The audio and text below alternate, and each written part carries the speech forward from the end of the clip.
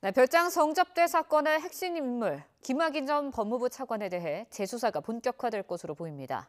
검찰 과거사위원회가 별장 성접대 의혹과 관련해 김 전 차관을 뇌물 혐의로 수사가 필요하다고 결론을 내렸고, 당시 수사 외압이 있었다는 의혹과 관련해서는 곽상도 전 청와대 민정수석과 이중희 전 민정비서관을 수사 권고 대상에 포함시켰습니다. 먼저 신지원 기자의 보도입니다. 대검찰청 과거사 진상조사단은 김학의 전 차관 사건의 중간 조사 결과를 검찰 과거사위원회에 보고했습니다. 과거사위는 이 가운데 김 전 차관의 뇌물 혐의를 검찰이 신속하게 수사해야 한다고 결론냈습니다.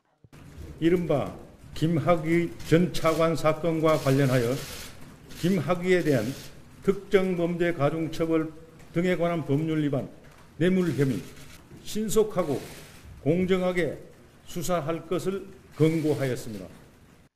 지난 2005년부터 2012년 사이에 김 전 차관이 건설업자 윤중천 씨로부터 수천만 원 상당의 금품과 향응을 받은 혐의가 있다는 겁니다.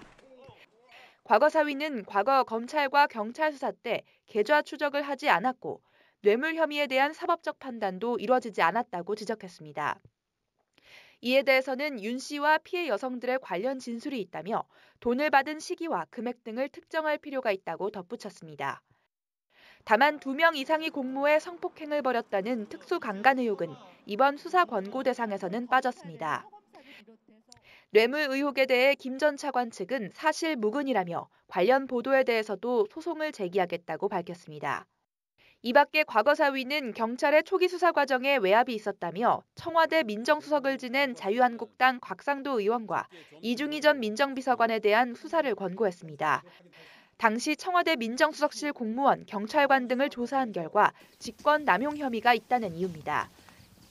이에 대해 곽 의원은 민정수석으로서 정당한 직무 수행을 한 것뿐이라며 수사 권고는 문재인 대통령과 가족에 대한 의혹을 제기해온 것에 대한 보복이라고 반발했습니다. YTN 신지원입니다.